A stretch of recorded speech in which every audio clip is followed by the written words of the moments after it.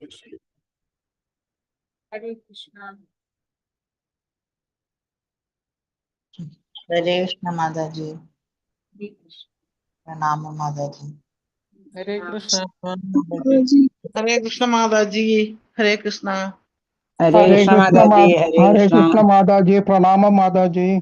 हरे कृष्णा। प्रणाम। हरे कृष्ण माता जी। तस्मै श्री गुरवे नमः। श्री चैतन्य मनोभीष्टं स्थापितं येन भूतले स्वयं रूपकथा मह्यं ददाति स्वपदान्तिकं वन्देऽहं श्रीगुरो श्रीयुतपथकमलं श्रीगुरुन् वैष्णवांश्च श्रीरूपं साग्रजातं सहगण रघुनाथान्वितं तं सजीवं साद्वैतं सावधूतं परिजनसहितं कृष्ण चैतन्य देवं श्रीराधा कृष्णपादान् सहगण ललिता श्रीविशाखान्वितांश्च नमो विष्णुपादाय कृष्णपृष्ठाय भूतले श्रीमते भक्तिवेदान्त स्वामिनिधि नामिने नमस्ते सारस्वते देवे गौरवाणी प्रचारिणे निर्विशेष शून्यवादी पाश्चात्य देशतारिणे वाञ्छाकल्पतरुभ्यश्च कृपासिन्धुभ्येव च पतितानां पावनेभ्यो वैष्णवेभ्यो नमो नमः। हे कृष्णा करुणा सिंधु दीनबंधु जगत्पते गोपेश गोपिका कांता राधा कांता नमोस्तुते तप्त कांचन गौरंगी राधे वृंदावनेश्वरी शपानसुते देवी प्रणमामि हरिप्रिये। जय श्री कृष्ण चैतन्य प्रभु नित्यानंदा श्री अद्वैत गदाधरा श्रीवासादि गौर भक्त वृंदा हरे कृष्णा कृष्ण कृष्ण हरे हरे हरे राम राम राम हरे हरे। ഹരേ കൃഷ്ണ. ശിഷ്ടാദ ഗോവിന്ദ ഇസ്കോൺ മാൻകൂറിന്റെ ഷോർട്ട് ഭാഗവതം ക്ലാസ്സിലേക്ക് എല്ലാ ഭക്തന്മാർക്കും സ്വാഗതം. ഹരേ കൃഷ്ണ. ഓം നമോ ഭഗവതേ വാസുദേവായ. ഓം നമോ ഭഗവതേ വാസുദേവായ. ഓം നമോ ഭഗവതേ വാസുദേവായ. നിഗമകൽപതരോർഗളിതം ഫലം ശുഗമുഖാദമൃതദ്രവ സംയുതം പിബത ഭാഗവതം രസമാലയം രഹോരസികാ നാരായണം നമസ്കൃത്യ നരം ചൈവ നരോത്തമം ദേവീം സരസ്വതീം വ്യാസം തതോ ജയമുദീരയേത് നഷ്ടപ്രായേഷു ഭദ്രേഷു നിത്യം ഭാഗവത സേവയാ ഭഗവതി ഉത്തമ ശ്ലോകേ ഭക്തിർഭവതി നൈഷ്ഠികീം. കൃഷ്ണായ വാസുദേവായ ദേവകീ നന്ദനായ ച നന്ദഗോപകുമാരായ ഗോവിന്ദായ നമോ നമഃ. ഹരേ കൃഷ്ണ. തദേകബന്ധു വത്സംഗി മദ്ഗുരു മന്മഹാദന अन्यष्टारमद्भाग्या मगानंतान ग्रंथ श्रीमद् भागवतम की जय श्री प्रभुपाद की जय. श्रीमद् भागवतम സ്കന്ധം 1 അധ്യായം 17 കലിപുരുഷനുള്ള ശിക്ഷയും പാരിതോഷികവും. ശ്ലോകം 9. ഓം നമോ ഭഗവതേ വാസുദേവായ.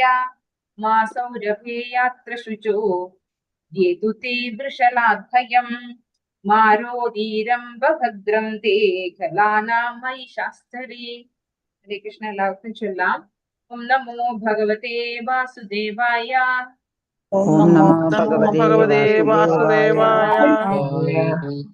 മാ സൗരഭേയാത്ര ശുചോ യേതു തേ വൃഷലാദ്ഭയം മാരോദീരം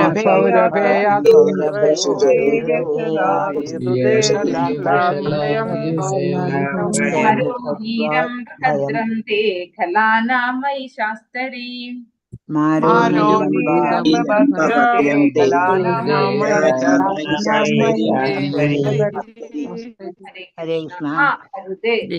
സൗരഭേയ. ഹേ സൗരഭി സുരഭി പുത്ര. അത്ര എന്റെ രാജ്യത്തിൽ ശുചഹ വിലാപം യേതു കെട്ടി കൈവെടിയുക തേ അങ്ങയുടെ വൃഷലാത് ശൂദ്രനാൽ ഭയകാരണം മാ അരുത് രോധി കരയുക അംബ ഓ മാതാവ് ഭദ്രം സർവമംഗളം തേ അങ്ങയ്ക്ക് നിനക്ക് ഫലാനാം അസൂയാലുക്കളുടെ മൈ ഞാൻ ജീവിച്ചിരിക്കുമ്പോൾ ശാസ്ത്രി ഭരണാധികാരി അഥവാ അധിപൻ. വർത്തനം ഭാവാർത്ഥം എസി ഭക്തി വേദാന്ത സംശ്ല പ്രഭുവാക്കി ചെയ്. അല്ലയോ സുരഭി പുത്ര, നീ ഇനി വിലപിക്കേണ്ട ആവശ്യമില്ല. ഈ നീചകുലജാതനായ ശൂദ്രനെ ഭയപ്പെടേണ്ട ആവശ്യമേ ഇല്ല. അല്ലയോ ഗോമാതാവേ, എല്ലാ അസൂയാലുക്കളെയും അടിച്ചമർത്തുന്നവനായും ഭരണാധിപനായും ഞാൻ ജീവിച്ചിരിക്കുന്നിടത്തോളം കാലം അങ്ങേക്ക് വിലപിക്കത്തക്ക വിധത്തിലുള്ള യാതൊരു കാരണവും ഉണ്ടാവുകയില്ല. സർവ്വതും അങ്ങേക്ക് മംഗളം ഉണ്ടാക്കുന്നതായിരിക്കും. അപ്പോ പരീക്ഷിത് മഹാരാജാവ് ഋഷഭത്തിനോടും അതുപോലെ പശുവിനോടും പറയുകയാണ് അല്ലെ. ഏത് കാഴ്ച കണ്ടിട്ടാണ്? ശൂദ്രനായിട്ടുള്ള ഒരു വ്യക്തി, രാജാവിനെ പോലെ കപട വേഷം ധരിച്ചിരിക്കുന്ന ഒരു വ്യക്തി പശുവിനെയും കാളയെയും കാലില് പ്രഹരിക്കുകയാണ് ചെയ്യുന്നത് അല്ലെ. അപ്പൊ അത് കണ്ടപ്പോഴാണ് പരീക്ഷിത് മഹാരാജാവ് പറഞ്ഞത്, അത് കണ്ടപ്പോഴാണ് പരീക്ഷിത് മഹാരാജാവ് ഈ കാളയോട് സംസാരിക്കുന്നത്, അല്ലയോ സുരഭി പുത്ര, അങ്ങിനി വിലപിക്കേണ്ട ആവശ്യമില്ല. ഈ നീചകുലജാതനായ ശൂദ്രനെ ഭയപ്പെടേണ്ട ആവശ്യമേ ഇല്ല. രാജാവായിട്ട് എല്ലാവരെയും അനുസരിപ്പിക്കാൻ കഴിയുന്ന അല്ലെ, എല്ലാവർക്കും തെറ്റ് ചെയ്യുന്നവർക്ക് ശിക്ഷ കൊടുക്കാൻ കേപ്പബിൾ ആയിട്ടുള്ള രാജാവായിട്ടുള്ള ഞാൻ ഇവിടെ ജീവിച്ചിരിക്കുന്നിടത്തോളം കാലം പശുവിനോ കാളയ്ക്കോ ഒന്നും വിഷമിക്കേണ്ട യാതൊരു ആവശ്യവും ഇല്ല എന്ന് പറയാണ് പരീക്ഷിത് മഹാരാജാവ്. ഭാവാർത്ഥം എസ്സി ഭക്തി വേദാന്ത സ്വാമിശ്രീ പ്രഭുപാദിജി. പരീക്ഷിത് മഹാരാജാവിനെ പോലൊരു ഭരണാധികാരിയാൽ ഭരിക്കപ്പെടുന്ന രാജ്യത്ത് മാത്രമേ കാളകളുടെയും പശുക്കളുടെയും മറ്റു മൃഗങ്ങളുടെയും സംരക്ഷണം സാധ്യമാകുകയുള്ളൂ. പരീക്ഷിത് മഹാരാജാവ് ഒരു ക്ഷത്രിയനും ദ്വിജന്മനും സംസ്കാര സമ്പന്നനുമാകിയാൽ അദ്ദേഹം പശുവിനെ മാതാവെന്ന് അഭിസംബോധന ചെയ്തു. അതാണ് വളരെ വിശേഷപ്പെട്ട ഒരു അഭിസംബോധന അല്ലെ. അംബ എന്നാണ് വിളിച്ചിരിക്കുന്നത് പശുവിനെ. വിശേഷിച്ചും സ്വയം ശ്രീകൃഷ്ണ ഭഗവാനാൽ ശുശ്രൂഷിക്കപ്പെടുന്ന ആത്മീയ ലോകത്തിലുള്ള ഗോക്കളുടെ നാമമാണ് സുരഭി. പരമപുരുഷന്റെ അതേ രൂപഭാവത്തോടു കൂടി മനുഷ്യരെ സൃഷ്ടിച്ച ശേഷം ആത്മീയ ലോകത്തിലുള്ള സുരഭി ഗോക്കളുടെ അതേ രൂപത്തിലും ഭാവത്തിലും പശുക്കളെയും സൃഷ്ടിച്ചു. ഭൗതിക ലോകത്തിൽ മാനവ സമൂഹം മാനവർക്ക് എല്ലാവിധ സംരക്ഷണവും നൽകുന്നു. എന്നാൽ അത്ഭുതകരമായതും സർവ്വവിധ പോഷക മൂല്യങ്ങളും ഉൾക്കൊള്ളുന്നതുമായ ദിവ്യാഹാരം പാൽ പ്രദാനം ചെയ്ത് മനുഷ്യരെ മുഴുവൻ പരിപോഷിപ്പിക്കുന്ന സുരഭി സന്തതികളുടെ വംശജരെ സംരക്ഷിക്കാനുള്ള നിയമം ഈ ഭൗതിക ലോകത്ത് അഥവാ മാനവ സമൂഹത്തിൽ ഇല്ല. എന്നാൽ പരീക്ഷിത് മഹാരാജാവും പാണ്ഡവരും ഗോക്കളുടെയും ഋഷഭത്തിന്റെയും പ്രാധാന്യത്തെക്കുറിച്ച് പൂർണ്ണ ബോധ്യമുള്ളവരായിരുന്നു. ആകയാൽ ഗോക്കളെ വധിക്കുന്നവർക്ക് വധശിക്ഷ ഉൾപ്പെടെയുള്ള എല്ലാ ശിക്ഷകളും നൽകാൻ അവർ സന്നദ്ധരായിരുന്നു. ഭൂസംരക്ഷണത്തിനായി ചിലപ്പോഴൊക്കെ മുറവിളി നടക്കുന്നുണ്ടെങ്കിലും ധർമ്മ്യരായ ഭരണത്തലവന്മാരുടെയും യുക്തമായ നിയമവ്യവസ്ഥയുടെയും അപര്യാപ്തത മൂലം പശുവിനും കാളയ്ക്കും സംരക്ഷണം ലഭിക്കുന്നില്ല. പശുവിന്റെയും കാളയുടെയും പ്രാധാന്യം മാനവ സമൂഹം നിശ്ചയമായും തിരിച്ചറിയണം. മാത്രവുമല്ല, അപ്രകാരം പരീക്ഷിത് മഹാരാജാവിന്റെ കാലടികളെ പിന്തുടർന്ന് ഈ പ്രധാന മൃഗങ്ങൾക്ക് എല്ലാവിധ സംരക്ഷണവും നൽകണം. ഗോക്കളെയും ബ്രാഹ്മണ്യ സംസ്കാരത്തെയും സംരക്ഷിക്കുക വഴി ബ്രാഹ്മണരോടും ഗോക്കളോടും അത്യന്തം കൃപയുള്ള ഗോബ്രാഹ്മണഹിതായച്ച ഭഗവാൻ നമ്മിൽ നിശ്ചയമായും പ്രസന്നനാകുകയും യഥാർത്ഥ ശാന്തിയും സമാധാനവും നമ്മിൽ വർഷിക്കുകയും ചെയ്യും. അപ്പോൾ ശില പ്രഭുപാദർ പറഞ്ഞു തരാണ്, സുരഭി എന്ന് പറയുന്നത് ഗോലോകധാമത്തിലുള്ള പശുവാണ് സുരഭി പശു. അപ്പൊ ആ സുരഭി പശുവിന്റെ നമുക്ക് ഭഗവാൻ എങ്ങനെയാ രൂപം തന്നിരിക്കുന്നത്? ദ്വിഭുജനായിട്ടുള്ള ഭഗവാന്റെ അതേ രൂപത്തിലാണ് ഭഗവാൻ നമുക്ക് രൂപം തന്നത് അല്ലെ. ആത്മീയ ലോകത്തിലുള്ള അതേ രൂപം, പരമപുരുഷന്റെ അതേ രൂപഭാവത്തോടു കൂടി മനുഷ്യരെ സൃഷ്ടിച്ചു എന്നാണ് ഇവിടെ പറയുന്നത്. അതിനുശേഷം ഗോലോകധാമത്തിലുള്ള സുരഭി പശുക്കളുടെ അതേ രൂപത്തിലാണ് ഇവിടെ പശുവിനെയും സൃഷ്ടിച്ചിരിക്കുന്നത്. ഇപ്പൊ സുരഭി പശുവിന്റെ വംശജരായതുകൊണ്ടാണ് സൗരഭി എന്താണ് ഇവിടെ വിളിച്ചിരിക്കുന്നത്? സൗരഭേയ എന്ന് വിളിച്ചിരിക്കുന്നത് സുരഭി പശുവിന്റെ വംശത്തിലൂടെ വന്നവരായതുകൊണ്ടാണ് പറയുന്നത്. അപ്പൊ കാളയും പശുവും രണ്ടും പശുവിൽ നിന്ന് വരുന്നതാണ് അല്ലെ. പശു അമ്മയും കാള അച്ഛനുമാണ്. അപ്പോ ശ്രീകൃഷ്ണ ഭഗവാനെ വിളിക്കുന്നത് എന്താണ്? ഗോബ്രാഹ്മണ ഹിതായ അല്ലെ. പശുവിനെയും ബ്രാഹ്മണരെയും സംരക്ഷിക്കുന്ന ഭഗവാനാണ് ശ്രീകൃഷ്ണൻ എന്ന് പറയുന്നത്. അപ്പൊ അങ്ങനെയുള്ള ഭഗവാനാണ് നമ്മളെയൊക്കെ സൃഷ്ടി തന്നിട്ടുള്ള. അഹം ബീജപ്രദപിത ഭഗവാൻ പറയുന്നുണ്ട് അല്ലെ. അപ്പൊ അങ്ങനെയുള്ള സുരഭി പശുവിന്റെ വംശജരെ സംരക്ഷിക്കേണ്ടത് ഒരു രാജാവിന്റെ ഉത്തരവാദിത്വമാണ്. ശരിക്കും ആ ഒരു സംരക്ഷണം എങ്ങനെയാണോ മനുഷ്യർക്ക് ഇവിടെ സംരക്ഷണം കിട്ടുന്നത്, അതേ ഉത്തരവാദിത്വത്തോടു കൂടി നമ്മൾ പശുക്കളെയും അതുപോലെ കാളകളെയും നമ്മൾ സംരക്ഷിക്കേണ്ടതുണ്ട്. ശരിക്കും പറഞ്ഞാല് പണ്ട് കാലത്ത്, ഇന്നത്തെ കാലത്ത് നമ്മള് നെല്ല് വിതയ്ക്കുന്നതും നിലം ഉഴുന്നതും ഒക്കെ മെഷീനായി മാറി അല്ലെ. അതുപോലെ കുറഞ്ഞു, നമ്മൾക്ക് എല്ലാവർക്കും വൈറ്റ് കോളർ ജോബ് മാത്രമേ വേണ്ടൂ, പാടത്ത് പണിയെടുക്കില്ല, ആ ഒരു രീതിയിലായി നമ്മുടെ ജീവിതം. അപ്പൊ പണ്ട് കാലത്ത് അങ്ങനെയല്ല. പണ്ട് കാലത്ത് നെല്ല് വിതയ്ക്കാൻ കാളയെ ഉപയോഗിച്ചുകൊണ്ടാണ് നമ്മൾ നിലം ഉഴുതുമറിക്കുന്നത് അല്ലെ. അതിനു വേണ്ടി ഉപയോഗിക്കുന്ന മൃഗമാണ് കാള. അതുപോലെ പശു ആണെങ്കിൽ വിശേഷപ്പെട്ട ഭക്ഷണമാണ് പാല്. നമുക്കൊക്കെ എല്ലാ പോഷക മൂല്യങ്ങളും ഉള്ള ഒരു ഭക്ഷണമാണ് പാല്. സമീകൃത ആഹാരം എന്ന് പറയും അല്ലെ. അപ്പൊ പാല് കുടിച്ചാൽ തന്നെ നമുക്ക് വിശക്കുകയോ ഇല്ല, എന്നാ വെള്ളത്തിന്റെയോ ആയി, ഖരമായിട്ടുള്ള ആഹാരത്തിന്റെ പകരമായി എല്ലാ പോഷകവും ആ പാലിൽ നിന്ന് ലഭിക്കുന്നുണ്ട്. അപ്പൊ ഈ പശുവിനെയും കാളയെയും നമ്മള് അച്ഛനെയും അമ്മയെയും എന്ന പോലെ സംരക്ഷിക്കേണ്ടതാണ്. അങ്ങനെ സംരക്ഷിക്കുകയാണെങ്കിൽ നമുക്ക് എന്താണ് കിട്ടുക? ഭഗവാന്റെ സന്തോഷം കിട്ടും അല്ലെ. നിശ്ചയമായും ഭഗവാൻ നമ്മളിൽ പ്രസന്നനാകും. അങ്ങനെ ഭഗവാൻ പ്രസന്നനായാൽ എന്താണ്? യഥാർത്ഥ ശാന്തിയും സമാധാനവും നമ്മളിൽ വർഷിക്കുകയും ചെയ്യും. ഹരേ കൃഷ്ണ. ഓം നമോ ഭഗവതേ വാസുദേവായ. യസ്യ രാഷ്ട്രേ പ്രജാ സർവാഃ തസ്യന്തേ സാധുഭിഃ തസ്യ മത്തസ്യ നശ്യന്തി കീർത്തിരായുർഭഗോ ഗതിഃ. ഏഷ രാജ്ഞാം പരോ ധർമ്മോ ജ്ഞാതാനാമാർത്തിനിഗ്രഹഃ. അത ഏനം വധിഷ്യാമി ഭൂതദ്രുഹമസത്തമം. ഹരേ കൃഷ്ണ. എല്ലാവർക്കും ചൊല്ലാം. ഓം നമോ ഭഗവതേ വാസുദേവായ. ഓം നമോ ഭഗവതേ വാസുദേവായ. യസ്യ രാഷ്ട്രേ പ്രജാ സർവാഃ ത്രസ്യന്തേ സ്വാദ്യ സാധുഭിഃ. യസ്യ രാഷ്ട്രേ പ്രജാ സർവാഃ ത്രസ്യന്തേ സാധുഭിഃ. തസ്യ മത്തസ്യ നശ്യന്തി കീർത്തിരായുർഭഗോ ഗതിഃ.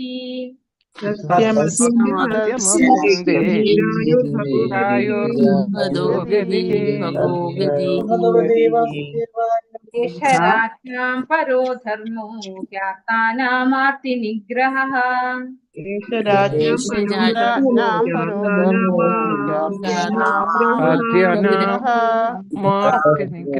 അത ഏനം വദിഷ്യാമി ഭൂതദ്രുഹമസത്തമം.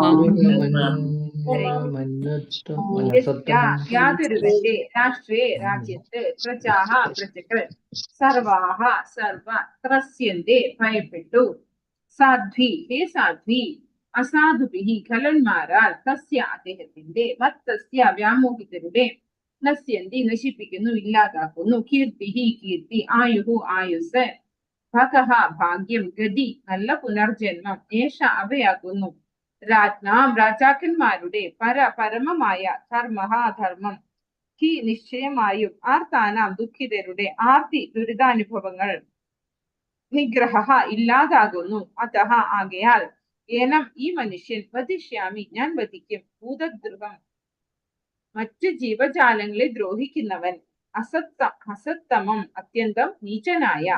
വർത്തനം ഭാവാർത്ഥം എസി ഭക്തി വേദാന്ത സ്വാമി ശ്രീല പ്രഭുപാദ് കി ജയ്. അല്ലയോ സാധു, ഈ സ്വന്തം രാജ്യത്തെ സർവ്വ ജീവജാലങ്ങളും ഖലന്മാരാൽ ഭയപ്പെടുത്തപ്പെടുമ്പോൾ രാജാവിന്റെ സത്കീർത്തിയും ആയുസ്സും ശ്രേഷ്ഠതാപൂർണമായ പുനർജന്മവും പെട്ടെന്ന് ശൂന്യമാകുന്നു. ദുഃഖിതരുടെ ദുരിതങ്ങൾ അകറ്റുകയാണ് രാജാവിന്റെ പരമവും പ്രഥമവും പ്രധാനവുമായ കർത്തവ്യം. ആകയാൽ മറ്റ് ജീവികളോട് വളരെ ക്രൂരമായി പെരുമാറുന്നതിനാൽ അത്യന്തം നീചനായി ഈ മനുഷ്യനെ ഞാൻ നിശ്ചയമായും വധിക്കും. അപ്പോ പശുവിനോടും കാളയോടും തന്നെ പറയാണ് പരീക്ഷിത് മഹാരാജാവ്, ലിയോ സാധ്വി, ഇത് വിളിക്കുന്നത് പശുവിനെയാണ് അല്ലെ, സാധ്വി ആയിട്ടുള്ള സ്ത്രീയെ. സ്വന്തം രാജ്യത്തെ എല്ലാ ജീവജാലങ്ങളും ഖലന്മാരാൽ ഭയപ്പെടുത്തപ്പെടുമ്പോൾ, ഖലന്മാർ എന്ന് പറയുമ്പോൾ ഇവിടെ എന്താ പറഞ്ഞിരിക്കുന്നത്? ഖലന്മാർ എന്ന് പറഞ്ഞു കഴിഞ്ഞാൽ അസാധുഭിഹി, സാധുക്കളല്ലാത്ത, അതായത് തെറ്റായ വഴിയിലൂടെ സഞ്ചരിക്കുന്ന ആളുകളെയാണ് ഖലന്മാർ എന്ന് പറയുന്നത്. അങ്ങനെയുള്ള ദുഷ്ടന്മാരായിട്ടുള്ള ആളുകളാൽ വധിക്കപ്പെടുമ്പോൾ അല്ലെങ്കിൽ ഉപദ്രവിക്കപ്പെടുമ്പോൾ രാജാവിന്റെ ആയുസ്സും ശ്രേഷ്ഠതാപൂർണമായ പുനർജന്മവും പെട്ടെന്ന് ശൂന്യമാകുന്നു എന്നാണ് പറയുന്നത്. അതായത് ഒരു രാജാവിന്റെ ഉത്തരവാദിത്വമാണ് എല്ലാവർക്കും സംരക്ഷണം നൽകുക എന്നുള്ളത്. അങ്ങനെ ആ രാജാവിന് അത് ചെയ്യാൻ സാധിക്കുന്നില്ലെങ്കിൽ ഇദ്ദേഹത്തിന്റെ ഭരണകാലത്താണ് ഇത് സംഭവിക്കുന്നത് എന്ന് ആളുകൾ പറയും അല്ലെ. അപ്പൊ അതുപോലെ അദ്ദേഹം കഴിവില്ലാത്ത ആളായത് കൊണ്ട് തന്നെ അദ്ദേഹത്തിന്റെ ആയുസ്സും കുറയുന്നു. അതുപോലെ ശ്രേഷ്ഠതാപൂർണമായ പുനർജന്മം, അദ്ദേഹത്തിന് ഇനിയൊരു ജന്മത്തില് ഒരു ഉത്കൃഷ്ട ശരീരം സ്വീകരിക്കാൻ പറ്റില്ല അല്ലെ. ഇവിടെ പരീക്ഷിത് മഹാരാജാവ് ഭഗവാന്റെ ശുദ്ധഭക്തനാണ്. ജീവിതത്തിന്റെ അവസാന ഘട്ടത്തില് എല്ലാം മാറ്റിവെച്ച്, തന്റെ എല്ലാ ഉത്തരവാദിത്തങ്ങളെയും മാറ്റിവെച്ച് ഭഗവാന്റെ ഭക്തിയിലേക്ക്, അല്ലെങ്കിൽ ശ്രീമദ് ഭാഗവത ശ്രവണത്തില് വളരെ എന്താ പറയാ ജലപാനം പോലും മാറ്റിവെച്ചാണ് അദ്ദേഹം ഭാഗവതം ശ്രവിക്കുന്നുണ്ടായത്, വളരെ ശ്രദ്ധാപൂർവം കേൾക്കുന്നുണ്ടായത്. അപ്പൊ അത്തരത്തിലൊരു ഭക്തന് പിന്നെന്താണ് പുനർജന്മത്തിന്റെ ആവശ്യമില്ല. ഭഗവാൻ പറഞ്ഞിട്ടുണ്ട് അല്ലെ, ജന്മകർമ്മജ മേ ദിവ്യം ഏവം യോ വേദി തത്വതഃ തിക്വാ ദേഹം പുനർജന്മ നൈതിമാമേതി സോർജുന. ഭഗവാനെ സംബന്ധിക്കുന്ന ശാസ്ത്രമാണ് ഭാഗവതം. ഭാഗവതം ശ്രദ്ധയോടുകൂടി ശ്രവിച്ചാൽ തന്നെയും എന്താണ്, പിന്നെ പുനർജന്മ ഇല്ല. അപ്പൊ പക്ഷേ ഒരു രാജാവിന്റെ ധർമ്മം കൂടെ ചെയ്യേണ്ടതുണ്ട്. അപ്പൊ ആ ഒരു ധർമ്മം ചെയ്യാത്ത രാജാവിന് എന്താണ്, ശ്രേഷ്ഠത പൂർണ്ണമായ പുനർജന്മം പോലും ലഭിക്കില്ല എന്നാണ് ഇവിടെ പറയുന്നത്. അപ്പോൾ നമ്മുടെ ഇന്നത്തെ കാലത്തെ ഭരണകർത്താക്കൾക്ക് ആർക്കും തന്നെ ഈ ഒരു ഭരണം എന്താണ്, എങ്ങനെയാണ് അവർ കാഴ്ചവെക്കുന്നതെന്ന് നമുക്കറിയാം അല്ലെ. അപ്പൊ അങ്ങനെയുള്ളവർക്കൊക്കെ എന്താണ്, ഒരു എന്താണ് അസത്യോനിയിലായിരിക്കും അവർക്ക് ജനിക്കേണ്ടി വരിക. അവർക്ക് താഴ്ന്ന കുടുംബത്തിൽ അല്ലെങ്കിൽ താഴ്ന്ന രീതിയിൽ ജനിക്കേണ്ടി വരും. അപ്പൊ അതാണ് ഇവിടെ പറയുന്നത്, അവർക്ക് ശ്രേഷ്ഠതാപൂർണമായ ഒരു പുനർജന്മം പോലും കിട്ടില്ല. ദുഃഖിതരുടെ ദുരിതങ്ങൾ അകറ്റുകയാണ് രാജാവിന്റെ പരമവും പ്രധാനവുമായ കർത്തവ്യം. അപ്പോ ഒരു രാജാവിന്റെ കർമ്മം എന്ന് പറയുന്നത് തന്റെ പ്രജകൾക്ക് സൗഖ്യം കൊടുക്കുക, അല്ലെങ്കിൽ അവരെ സംരക്ഷണം കൊടുക്കുക എന്നുള്ളത് തന്നെയാണ്. അപ്പോ മറ്റ് ജീവിതജാലികളോട് ക്രൂരമായി പെരുമാറുന്നതിനാൽ ഈ നീചനായ മനുഷ്യനെ ഞാൻ നിശ്ചയമായും വധിക്കും. ഇപ്പൊ കലിപുരുഷനാണ് അതല്ലേ, ആ കലിപുരുഷനെ ഞാൻ നിശ്ചയമായും വധിക്കും എന്ന് പറയാണ് പരീക്ഷ. വേദാന്ത സ്വാമിഷിലെ പ്രഭുപാർത്തിച്ചേ. വന്യമൃഗങ്ങളാൽ ഗ്രാമത്തിലോ പട്ടണത്തിലോ ഏതെങ്കിലും കുഴപ്പങ്ങൾ ഉണ്ടാകുമ്പോൾ പോലീസ് അല്ലെങ്കിൽ മറ്റുള്ളവർ അവയെ കൊല്ലാനുള്ള നടപടികൾ എടുക്കുന്നു. അതുപോലെ കള്ളന്മാർ, കൊള്ളക്കാർ, കൊലയാളികൾ തുടങ്ങിയ എല്ലാ സാമൂഹ്യ വിരുദ്ധരെയും ഉടനടി കൊല്ലേണ്ടത് സർക്കാരിന്റെ കർത്തവ്യമാകുന്നു. മൃഗങ്ങളും രാജ്യത്തെ പ്രജകളായതിനാൽ മൃഗങ്ങളെ വധിക്കുന്നവർക്കും കശാപ്പുകാർക്കും രാജ്യത്തെ കൊലയാളികൾക്ക് കൊടുക്കുന്ന അതേ വധശിക്ഷ തന്നെ നൽകേണ്ടതാണ്. പ്രജ എന്നാൽ രാജ്യത്ത് ജന്മമെടുത്ത മനുഷ്യരും മൃഗങ്ങളും ഉൾപ്പെടെയുള്ള എല്ലാവരും എന്നർത്ഥം. അപ്പോൾ പ്രജ എന്ന വാക്കിന്റെ അർത്ഥം മനുഷ്യരെന്ന് മാത്രമല്ല, മൃഗങ്ങളും അതിൽ പെടും അല്ലെ. എല്ലാ പക്ഷികളും മൃഗങ്ങളും അതുപോലെ ജീവജാലങ്ങളൊക്കെയും പ്രജ എന്ന കാറ്റഗറിയിൽ വരും. അപ്പോ ഇവരാരെ നശിപ്പിക്കുന്നുണ്ടെങ്കിലും നമ്മൾ അവർക്കൊക്കെ ഒരു കൊലയാളിക്ക് കൊടുക്കുന്ന അതേ ശിക്ഷ തന്നെ നൽകണം. പക്ഷെ ഇന്നത്തെ കാലത്ത് നമ്മൾ മനുഷ്യരെ മാത്രമേ നോക്കുന്നുള്ളൂ അല്ലെ. മനുഷ്യർക്ക് അപകടം വരുത്തുന്നവരെ മാത്രം എന്താണ് നിയമത്തിന്റെ മുന്നിലേക്ക് കൊണ്ടുവരും, അവർക്ക് ഒരു കൊലയാളിക്ക് കൊടുക്കേണ്ട ശിക്ഷ കൊടുക്കും. പക്ഷെ പ്രജ എന്ന വാക്കിന്റെ അർത്ഥം തന്നെ ആ ഒരു രാജ്യത്തുള്ള എല്ലാവരും എന്നാണ് അർത്ഥം. ഒരു രാജ്യത്ത് ജന്മമെടുക്കുന്ന ഏതൊരു ജീവിക്കും രാജാവിന്റെ സംരക്ഷണത്തിന് കീഴിൽ ജീവിക്കാനുള്ള മൗലിക അവകാശമുണ്ട്. വനത്തിലെ മൃഗങ്ങളും രാജാവിന്റെ പ്രജകളാണ്. ആകയാൽ അവയ്ക്കും രാജാവിന്റെ സംരക്ഷണത്തിന് കീഴിൽ കഴിയാനുള്ള അവകാശമുണ്ട്. വസ്തുതകൾ അങ്ങനെയാണെന്നിരിക്കെ വളർത്തു മൃഗങ്ങളായ പശുക്കളുടെയും കാളകളുടെയും കാര്യം പറയാനുണ്ടോ? കാട്ടിൽ ജീവിക്കുന്ന ജീവികൾക്ക് പോലും സംരക്ഷണം കൊടുക്കാൻ ബാധ്യസ്ഥനാണ് ഒരു രാജാവ്. പിന്നെ വീട്ടിൽ വളർത്തുന്ന മൃഗങ്ങളാണ് പശുവും കാളയും ഒക്കെ അല്ലെ, അതിന് തീർച്ചയായിട്ടും നമ്മൾ സംരക്ഷണം കൊടുക്കേണ്ടതുണ്ട്. ഏത് ജീവി ആയാലും അത് മറ്റു ജീവികളെ ഭയപ്പെടുത്തുന്ന പക്ഷം അത് അത്യന്തം നീചമായ പ്രജയാകുന്നു. ആയതിനാൽ രാജാവ് അത്തരം കുഴപ്പക്കാരായവരെ ഉടനടി വധിക്കണം. രാജ്യത്ത് കുഴപ്പം സൃഷ്ടിക്കുന്ന വന്യമൃഗത്തെ ഉടനടി കൊല്ലുന്നത് പോലെ വന്യമൃഗങ്ങളെയോ മറ്റു മൃഗങ്ങളെയോ അനാവശ്യമായി കൊല്ലുന്ന ഏതൊരുവനെയും തൽക്ഷണം ശിക്ഷിക്കേണ്ടതാണ്. പരമപുരുഷന്റെ നിയമം അനുസരിച്ച് സർവ്വ ജീവജാലങ്ങളും അവ ഏത് രൂപത്തിലുള്ളവയായാലും ഭഗവാന്റെ പുത്രന്മാരാകുന്നു. മാത്രവുമല്ല പ്രകൃതി നിയമങ്ങൾക്ക് വിധേയമായ ധർമ്മസംഹിതകളാൽ അനുശാസിക്കപ്പെടാത്ത പക്ഷം ആർക്കും ആരെയും ഏതൊരു മൃഗത്തെയും വധിക്കാനുള്ള അവകാശമില്ല. ഒരു കടുവയ്ക്ക് സ്വന്തം നിലനിൽപ്പിനായി ജീവിത വൃത്തിക്കായി താണമൃഗങ്ങളെ കൊല്ലാവുന്നതാണ്. എന്നാൽ ഉപജീവനാർത്ഥം മനുഷ്യർ മൃഗങ്ങളെ കൊല്ലാൻ പാടുള്ളതല്ല. ഒരു ജീവി മറ്റൊന്നിനെ ഭക്ഷിച്ച് ജീവിക്കുന്നു അഥവാ നിലനിൽക്കുന്നു എന്ന നിയമം ഈശ്വര സൃഷ്ടിതമാണ്. ആകയാലാണ് സസ്യങ്ങൾ ഭക്ഷിച്ച് സസ്യഭുക്കുകൾ ജീവൻ നിലനിർത്തുന്നത്. ആകയാൽ ഈശ്വര സൃഷ്ടിത നിയമത്താൽ വിധിക്കപ്പെട്ടതുപോലെ പ്രത്യേക ജീവജാലങ്ങളെ ഭക്ഷിച്ചു മാത്രമേ ജീവൻ നിലനിർത്താവൂ. അതുതന്നെയാണ് ഭഗവത് നിയമവും. ഒരുവൻ സ്വന്തം ഇച്ഛയ്ക്ക് അനുസരണമായല്ല, മറിച്ച് ഭഗവത് നിർദ്ദേശാനുസരണം നിശ്ചയമായും ജീവിക്കണമെന്ന് ഈശോപനിഷത്ത് നിർദ്ദേശിക്കുന്നു.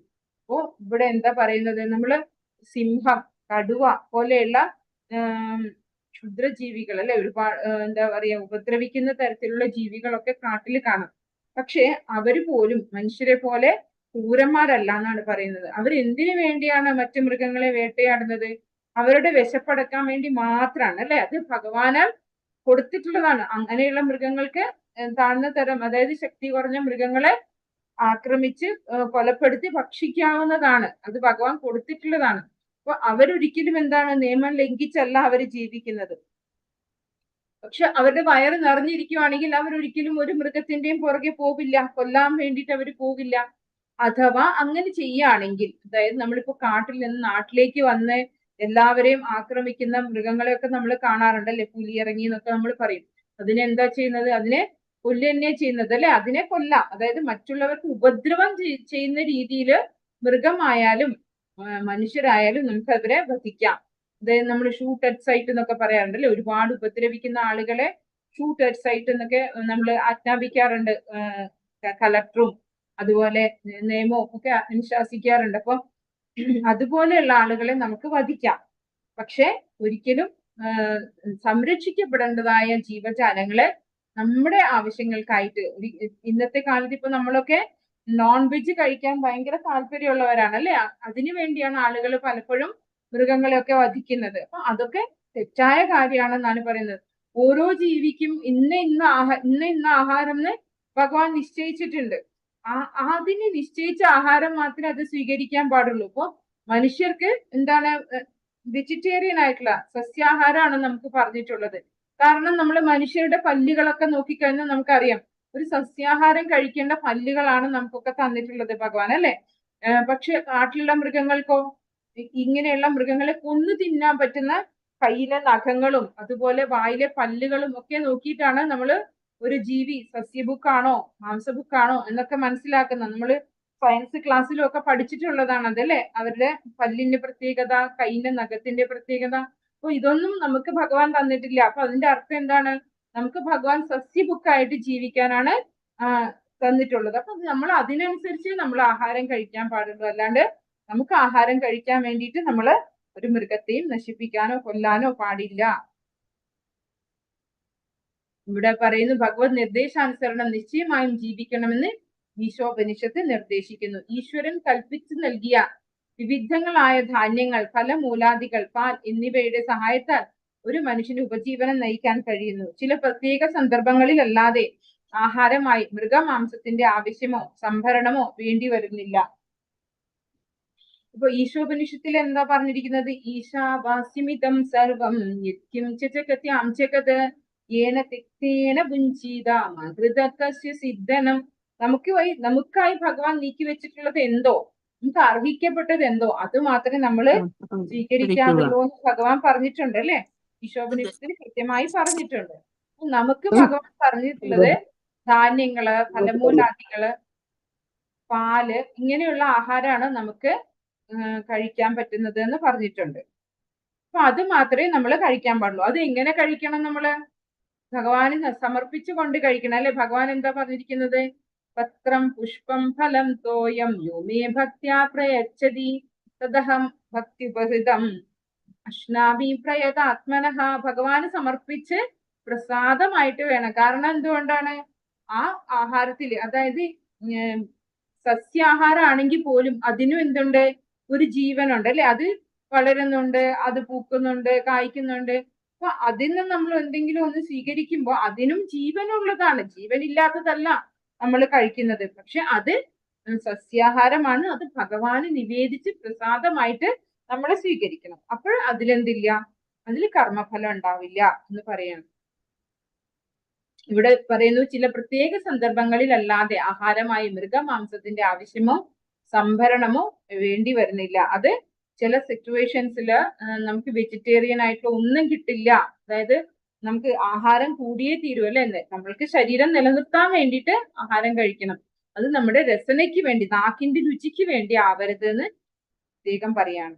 വ്യാമോഹിതനായ രാജാവ് അഥവാ ഭരണാധിപൻ ചിലപ്പോഴൊക്കെ താനൊരു മഹാചിന്തകൻ എന്നും വിദ്വാൻ എന്നും ഒക്കെ സ്വയം പ്രചരിപ്പിക്കുമെങ്കിലും പാവം മൃഗങ്ങളെ ദ്രോഹിക്കുന്നത് നരകത്തിലേക്കുള്ള പാത സുഗമമാക്കുകയാണെന്ന പരമാർത്ഥം ഗ്രഹിക്കാതെ രാജ്യത്തിലുടനീളം അറവുശാലകൾ അനുവദിക്കും. നിർവാഹക തലവന്മാർ സദാ പ്രജകളുടെ സുരക്ഷയ്ക്ക് ജാഗരൂകരായിരിക്കണം. മാത്രവുമല്ല, ഏതെങ്കിലും ജീവി എവിടെയെങ്കിലും മറ്റേതെങ്കിലും ജീവിയാൽ ദ്രോഹിക്കപ്പെടുന്നുണ്ടോ എന്ന് അന്വേഷിക്കുകയും പരീക്ഷിത് മഹാരാജാവ് മാതൃക കാട്ടിത്തന്ന പോലെ ദ്രോഹിക്കുന്ന ജീവിയെ ഉടനടി പിടികൂടുകയും വധശിക്ഷയ്ക്ക് വിധേയമാക്കുകയും ചെയ്യണം. അപ്പൊ ഇവിടെ പറയുന്നത് വ്യാമോഹിതനായ രാജാവ്, അതായത് ഒരു ഭരണാധികാരി ചിലപ്പോഴൊക്കെ എന്താണ്, ഞാൻ വലിയ നോളജ് ഉള്ള ആളാണെന്നൊക്കെ പറഞ്ഞിട്ട് കുറെ കശാപ്പ് ശാലകൾ തുടങ്ങും. ഇത് എന്തിനാണ്? ഇത് ശരിക്കും പറഞ്ഞാൽ ഇത് ആപ്ലിക്കബിൾ ആവുന്നത് നമ്മുടെ ഈ ജനാധിപത്യ രാജ്യത്തിലാണ്. കാരണം ജനങ്ങളുടെ വോട്ട് കിട്ടിയാലേ ഒരാൾക്ക് ഭരണാധികാരി ആവാൻ പറ്റുള്ളൂ അല്ലെ. അപ്പോ ഒരു കൂട്ടം സമൂഹത്തെ പ്ലീസ് ചെയ്യേണ്ടത്, അവരെ പ്രീതിപ്പെടുത്തേണ്ടത് ആരുടെ ഉത്തരവാദിത്തമായി മാറുകയാണ്? ഈ വരുന്ന, അതായത് ഈ ഇലക്ഷന് നിൽക്കുന്ന ആളുകൾക്ക് എല്ലാവരെയും പ്രീതിപ്പെടുത്തണം അല്ലെ. എപ്പോഴും മാത്രമേ നമുക്ക് വോട്ട് കിട്ടുള്ളൂ. അപ്പോ ഇത്തരത്തിലുള്ള ആഹാരം കഴിക്കാൻ ആഗ്രഹിക്കുന്നവരാണ് 99% ആൾക്കാരും. പിന്നെ അവരുടെ വോട്ട് കിട്ടണമെങ്കിൽ എന്ത് വേണം? അറവുശാലകൾ തന്നെ കൊണ്ടുവരണം അല്ലെ. അതാണ് ഈ ഒരു ഭരണത്തിന്റെ തെറ്റായ ഒരു ഇതും. കാരണം ഇവരെയൊക്കെ പ്ലീസ് ചെയ്യേണ്ടതുണ്ട്, എന്നാലേ ഇവർക്ക് രാജാവാകാൻ പറ്റുള്ളൂ. പക്ഷെ പരീക്ഷിത് മഹാരാജാവിന് അതിന്റെ ആവശ്യമില്ല അല്ലെ. അവര് ജന്മന രാജാക്കന്മാരാണ്. അപ്പോ അവരുടെ ബ്ലഡിൽ തന്നെ അതുണ്ട്, ആ ഒരു കഴിവുണ്ട്, ഭരിക്കാനുള്ള കഴിവുണ്ട്. അതുകൊണ്ടാണ് ശ്രീ പ്രഭുപാദർ നമ്മളോട് ഇടയ്ക്കിടയ്ക്ക് പറയുന്നുണ്ട്, നമുക്ക് ഒരിക്കലും ജനാധിപത്യ രാജ്യമല്ല വേണ്ടത്, നമുക്കൊരു കഴിവുള്ള ഒരു കേപ്പബിൾ ആയിട്ടുള്ള ഒരു രാജാവിന്റെ കീഴിൽ തന്നെയാണ് നമ്മൾ ജീവിക്കേണ്ടത്. പക്ഷെ രാജാവ് എങ്ങനെയായിരിക്കണം? ശാസ്ത്രങ്ങളിൽ നിപുണനായിരിക്കണം. അതുപോലെ ബ്രാഹ്മണരെ പറഞ്ഞു കൊടുക്കുന്ന രീതിയിൽ, ആ ഒരു രീതിയിൽ രാജ്യം, ബ്രാഹ്മണരെ ബഹുമാനിക്കുന്ന ആളായിരിക്കണം. അതുപോലെ ഭഗവാന്റെ ഭക്തനായിരിക്കണം. അങ്ങനെയുള്ള ഒരു രാജാവിന്റെ കീഴിൽ നമുക്ക് എപ്പോഴും സംരക്ഷണം കിട്ടും. ഒരിക്കലും നമ്മൾ എക്സ്പ്ലോയിറ്റ് ചെയ്യപ്പെടില്ല എന്ന് തന്നെയാണ് പറയുന്നത്. ജനങ്ങളുടെ സർക്കാർ അല്ലെങ്കിൽ ജനങ്ങളാൽ ഭരിക്കപ്പെടുന്ന സർക്കാർ പമ്പരവിഡ്ഢികളായ സർക്കാർ ഉദ്യോഗസ്ഥരുടെ ആഗ്രഹ പ്രകാരം നിരപരാധികളും നിഷ്കളങ്കരുമായ പാവം മൃഗങ്ങളെ വധിക്കാൻ അനുവദിക്കരുത്.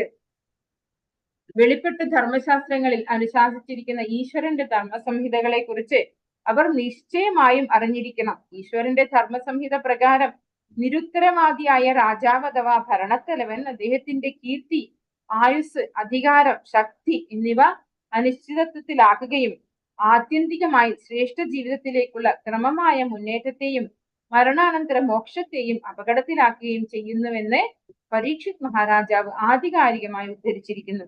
എന്നാൽ അത്തരം മൂഢ വ്യക്തികൾ പുനർജന്മത്തിൽ വിശ്വസിക്കുന്നില്ല, അഥവാ പുനർജന്മം എന്ന ഒന്ന് ഉണ്ടെന്ന് പോലും വിശ്വസിക്കുന്നില്ല. ഇത് ശരിക്കും നമ്മുടെ ഇന്നത്തെ കാലത്തെ കുറിച്ച് തന്നെയാണ് പറയുന്നത് അല്ലെ.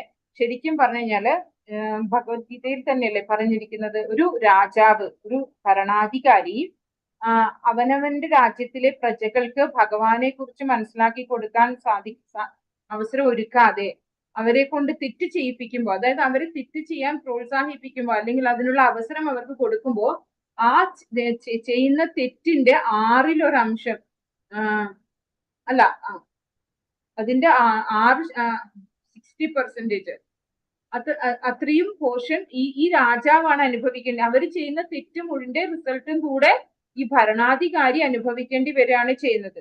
എത്ര പെർസെന്റേജ് ഓർമ്മയില്ല, 1/6 ആണെന്ന് തോന്നുന്നു. അപ്പൊ അത്രയും പോർഷൻ തെറ്റ്, അതായത് നമ്മൾ ചെയ്യുന്ന തെറ്റ് തന്നെ നമുക്കൊരു ഭാരം, ഒരു വലിയ ഒരു ഭാരം തന്നെ ഉണ്ടാവും. അപ്പോൾ ഈ ഓരോ പ്രജയും ചെയ്യുന്ന ഓരോ തെറ്റിന്റെയും ഇത്രയും പോർഷൻ നമ്മൾ എടുക്കുക എന്ന് പറയുമ്പോൾ ആ ഭരണാധികാരി എത്രമാത്രം എന്താ പറയാ തെറ്റിന്റെ റിസൾട്ടാണ് അനുഭവിക്കേണ്ടി വരുന്നതെന്ന് നമുക്ക് ഊഹിക്കാൻ സാധിക്കില്ല അല്ലെ. എത്രയോ ആൾക്കാരെ നമ്മൾ ഭരിക്കുന്നുണ്ടാവും. അപ്പൊ അത്രയും ആൾക്കാരുടെ തെറ്റിന്റെ ഒക്കെ റിസൾട്ട് ആ രാജാവിലേക്ക് വരികയാണ് ചെയ്യുന്നത്. അപ്പൊ പിന്നെ ഒരിക്കലും ആ വ്യക്തിക്ക് ഒരു മനുഷ്യജന്മം പോലും കിട്ടേണ്ട ഒരു ഇതുണ്ടാവില്ല. പക്ഷെ അവർക്ക് എന്താണ്, അവർക്ക് വിശ്വാസം ഇല്ല നമ്മൾ ഈ ശരീരം പോയി കഴിഞ്ഞാൽ അടുത്ത ഒരു ശരീരം നമുക്ക് ലഭിക്കും, അല്ലെങ്കിൽ ഒരു പുനർജന്മം ഉണ്ടാവും എന്നതിൽ അവർ വിശ്വസിക്കുന്നില്ല. അതുകൊണ്ട് അവർക്ക് തോന്നിയതുപോലെ ജീവിക്കുകയാണ് ചെയ്യുന്നത്.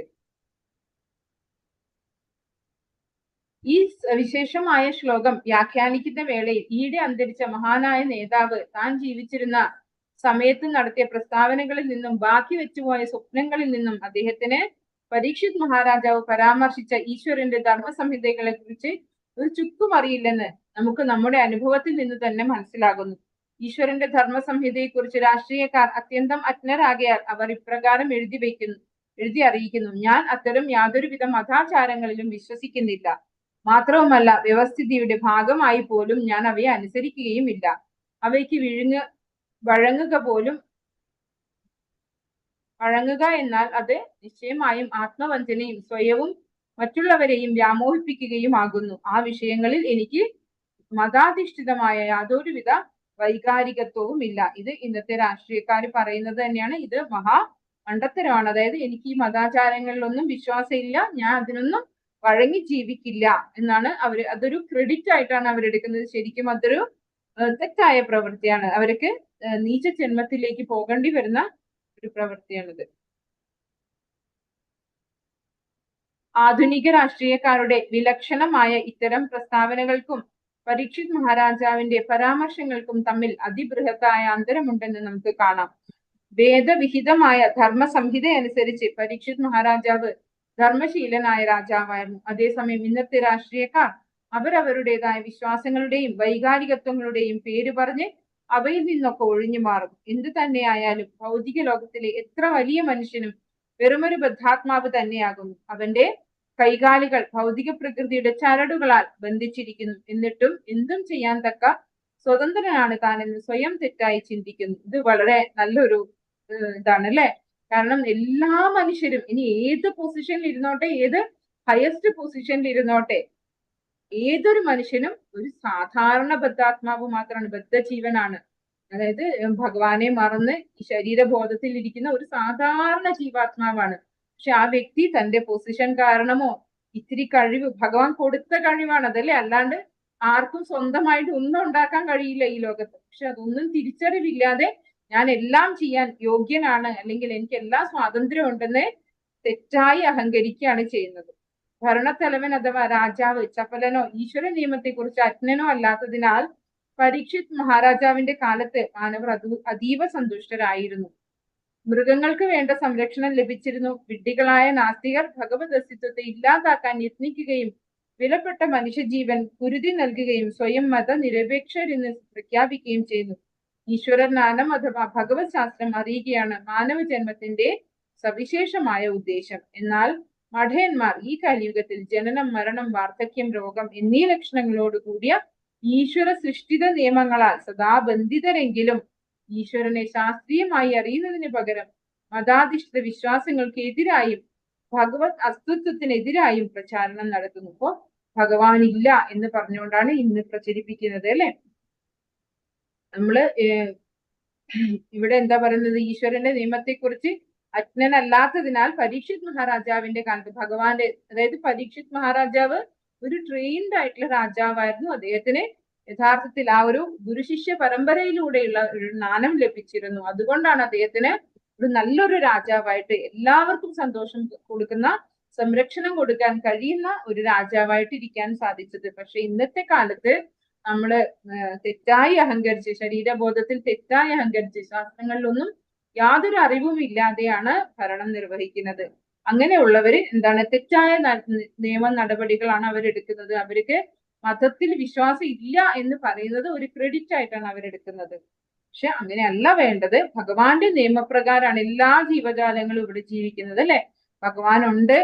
അത് നമ്മുടെ കണ്ണുകൊണ്ട് നമുക്ക് കാണാൻ പറ്റുന്നില്ലെങ്കിലും നമുക്ക് ശരിക്കും പറഞ്ഞാല് ഒന്ന് യഥാർത്ഥത്തിൽ ആ ഒരു തിരിച്ചറിവോട് കൂടി ഒന്ന് നമ്മൾ ശ്രദ്ധിച്ചു നോക്കിയാൽ, ഈ സമൂഹത്തിൽ നമ്മൾ നോക്കിയാൽ തന്നെ നമുക്ക് കൃത്യമായിട്ട് ഭഗവാൻ ഉണ്ടെന്നുള്ളത് മനസ്സിലാക്കാൻ സാധിക്കും. പക്ഷെ അതിനൊന്നും ശ്രമിക്കാതെ എന്റെ കണ്ണുകൊണ്ട് കാണുന്നതും എന്റെ ബുദ്ധി കൊണ്ട് മനസ്സിലാക്കാൻ പറ്റുന്നതും മാത്രമാണ് പൂർണ്ണമായിട്ടുള്ള ജ്ഞാനം എന്ന് വിചാരിച്ച് തെറ്റായി അഹങ്കരിക്കുന്നവരാണ് ഇന്നത്തെ കാലത്തുള്ള ജനങ്ങൾ, അല്ലെ?